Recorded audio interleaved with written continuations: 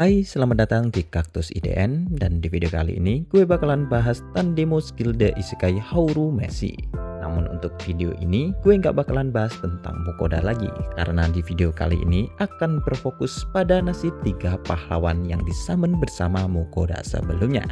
Ya, karena video ini mengandung spoiler, jadi peringatan spoiler buat kalian yang belum baca novelnya. Dan tidak usah lama-lama lagi, kita mulai saja videonya. 3, 2, 1.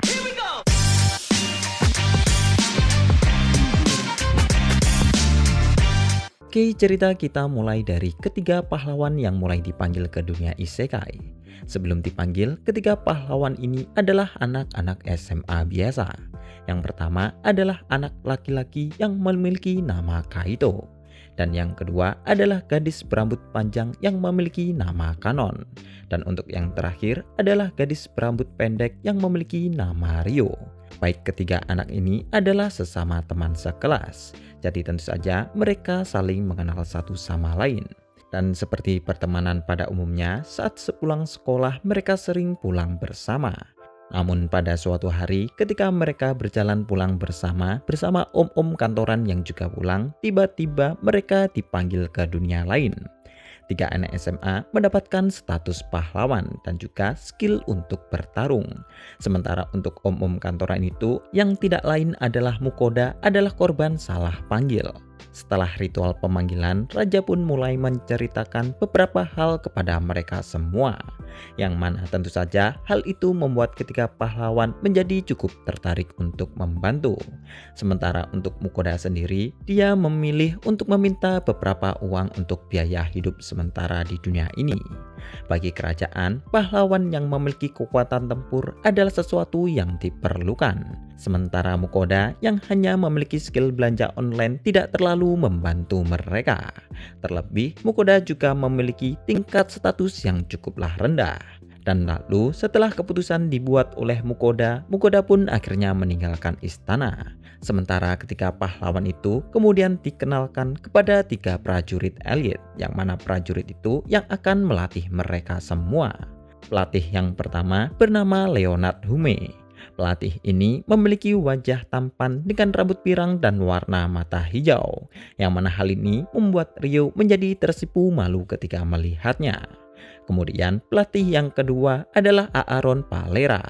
Pelatih ini tentu saja juga memiliki wajah yang tampan.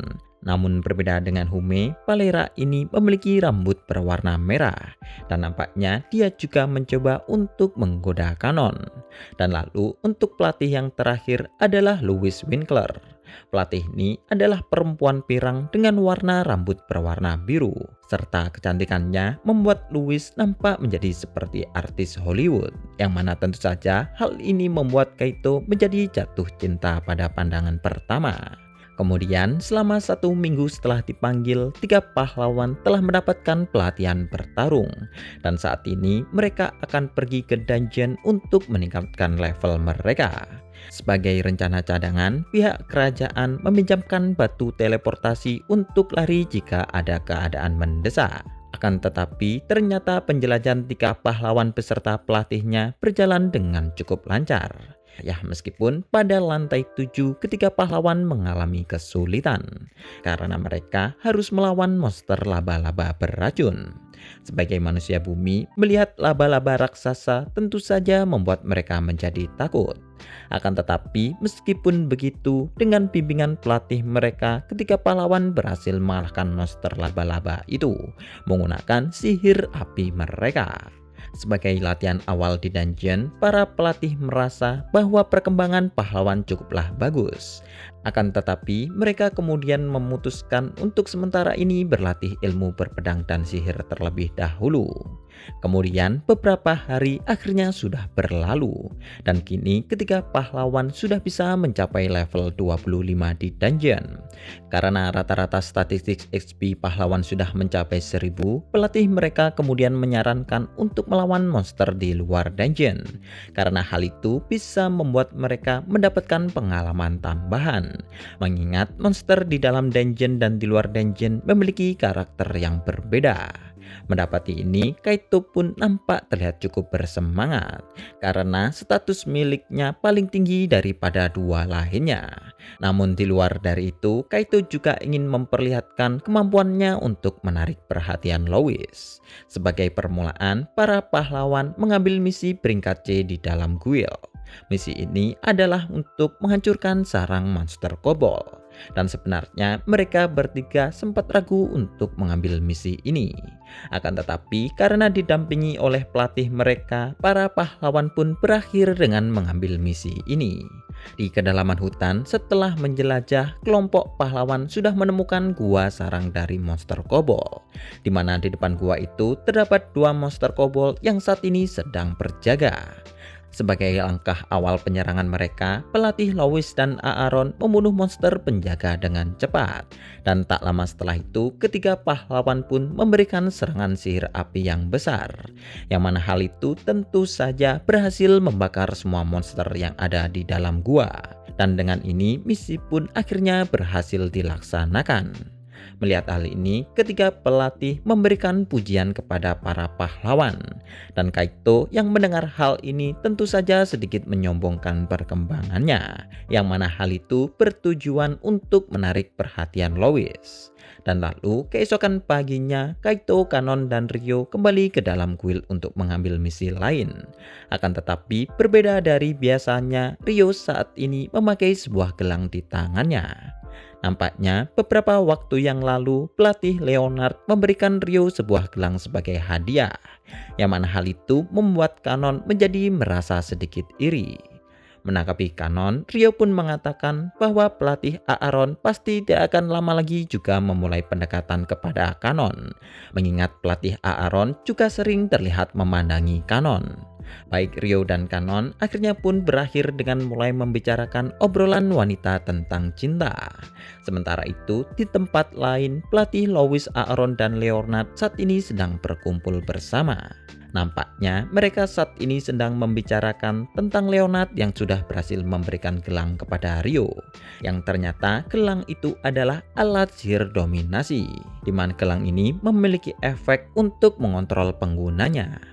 Ternyata ketiga pelatih ini memiliki misi untuk memasangkan gelang dominasi kepada para pahlawan. Dan karena akan mencurigakan jika mereka memberikan gelang secara bersamaan, mereka pun memutuskan untuk memberikan secara bertahap. Kemudian beberapa hari akhirnya telah berlalu. Namun berbeda dari biasanya, Kaito merasa bahwa Ryo mulai menjadi aneh.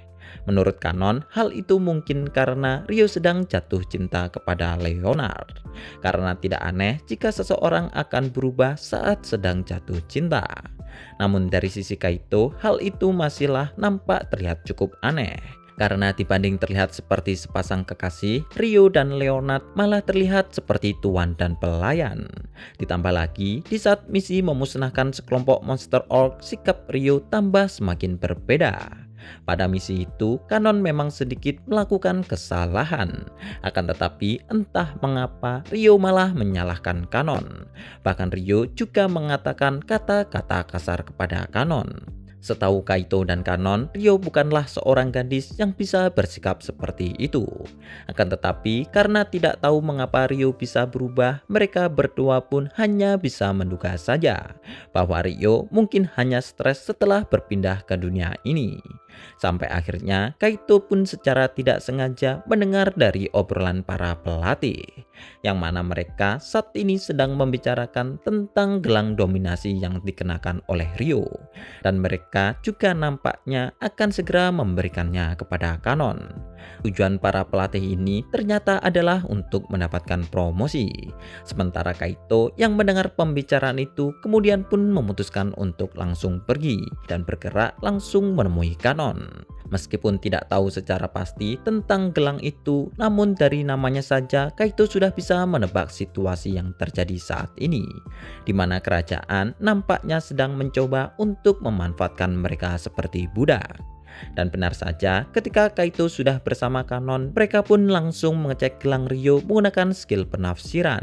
Ternyata gelang yang dipakai oleh Ryo benar-benar gelang dominasi, dan gelang ini tidak akan bisa dilepaskan selain oleh pemasangnya.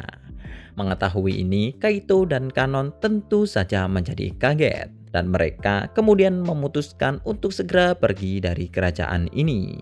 Namun terlepas dari semua itu, mereka masih belum tahu tentang apa yang harus mereka lakukan kepada Ryo. Beberapa hari ini, Aaron juga terus mencoba untuk mendekati Kanon. Dan karena sudah tidak mungkin untuk terus menghindari para pelatih, Kaito dan Kanon pun kemudian mulai mengumpulkan informasi dan pembekalan secara rahasia. Tujuan mereka saat ini adalah segera pergi untuk menuju kerajaan Marvel.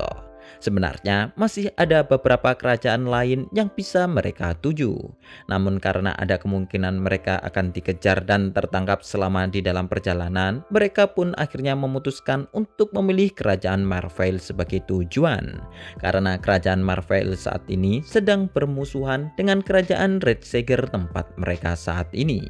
Jadi bisa dipastikan mereka tidak akan dikembalikan ke kerajaan Red Sager jika mereka tertangkap di kerajaan Marvel sekalipun. Namun meskipun persiapan mereka saat ini sudah siap, Kaito dan Kanon masih cukup menyesal karena harus meninggalkan Ryo sendirian. Oke, sekian dulu untuk pembahasan di video kali ini. Sebenarnya masih ada lanjutan dari kisah ketiga pahlawan ini. Jika kalian tertarik, komen untuk lanjutannya. Dan jangan lupa like video ini dan share ke teman kalian. Subscribe channel ini untuk memberikan dukungan. Dan sampai jumpa di video selanjutnya.